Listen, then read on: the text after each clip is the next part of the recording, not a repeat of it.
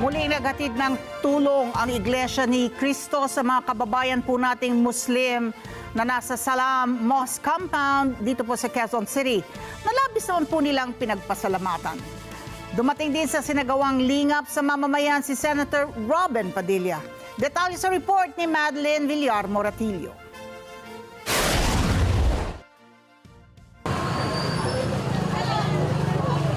Higit 3 dekada na mula nang lumipat sa Salam Mosque Compound sa Barangay Kuliat sa Quezon City, si Sultan Haji Nur Abubakar Hasan hanggang sa siya ay maging chairman dito. At sa 3 dekada na ito, nasaksihan niya ang walang sawang pagtulong ng Iglesia ni Cristo sa mga kapatid nating Muslim sa pamamagitan ng lingap sa mamamayan. Malaki pagpasalamat mga kapatid niyo. Walang sawa sa pagtulong ng mga kakapatiran namin Iglesia. Lalo-lalo na kay Eduardo Manalo. Lagi po salamat namin almost 30 years na hindi nagsawa sa pagtulong sa mga kapatid niya kamusliman galing sa Mindanao. Labis ang kanilang pasasalamat na may kalamidad man o wala, nariyan ang Iglesia ni Cristo para tumulong. Na ng Iglesia ni Cristo talagang tumutulong. Lalong-lalo mawala nating mga kapatid. Particular dito sa paligid ng Salab. Although mga Muslim kami pero hindi pa rin kami nakakalimutan. Salamat! Bukod sa pamamahagi ng family food packs, may medical mission din na isinagawa ang Iglesia ni Cristo. Kaya kami, dahil una sa lahat po ay yung may mga sakit, no, ay naiibsa, natutulungan, yung mga walang kakayanan na mag-hospital, ay nag-check up agad-agad dito. At isa pa doon, after ng check up ng medical dito sa amin, ay nagkakaroon ng lingap na relief. Kasama sa nakinabang sa libreng medical mission si Vivian, na ilang araw nang may rashes. Nung araw lang, oo, kaya sabi ko nga lang din, nagpatingin na ako para malaking tulong din na sa budget. Nagagalakan kami kasi nga siyempre iglesia, kami naman iba yung relihiyon namin.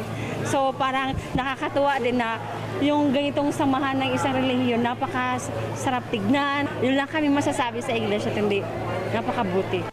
Malaking bagay ito para sa kanila dahil bukod sa nakalibre sa konsulta sa doktor, libre na rin ang gamot. Malaking pasasalamat po kasi nakalibre imbis na pumunta sa sa mga butika.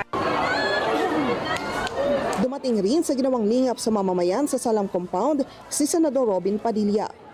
Alam niyo, pangarap ng bawat Muslim na marating yung mga kapatid niya sa ibang bansa. At yan po ay nagawa ng lingap. Doon po na napanood ko yung sarili ko, nakasama ako doon sa special ng lingap at nandoon po yung mga kapatid kong Muslim na tinulungan ninyo. Siguro po yun na po yung pinaka, kasi hindi ko kayang gawin mag-isa yun eh. Hindi ko magagawa yun. Pero dahil po sa organisado at matagal nang ginagawa ito ng Iglesia ni Cristo, sa pamamagitan po nila, narating ko po yung mga kapatid ko sa ibang bansa. At yung pong mga kapatid na yun po yung pinakakawawa. Alam nyo, marami pong mayaman na bansang Muslim. Pero kakaunti lang po ang nakapagbigay ng tulong doon sa mga kapatid namin sa Africa.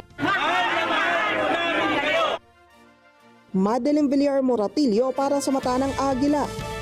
Matatag, matapang, matapat. Maraming salamat sa inyo pong pagsubaybay sa Mata ng Agila Primetime. Para malaman ang matatag, matapang at matapat na mga balita, i-follow lamang at mag-subscribe sa AtNet25 TV.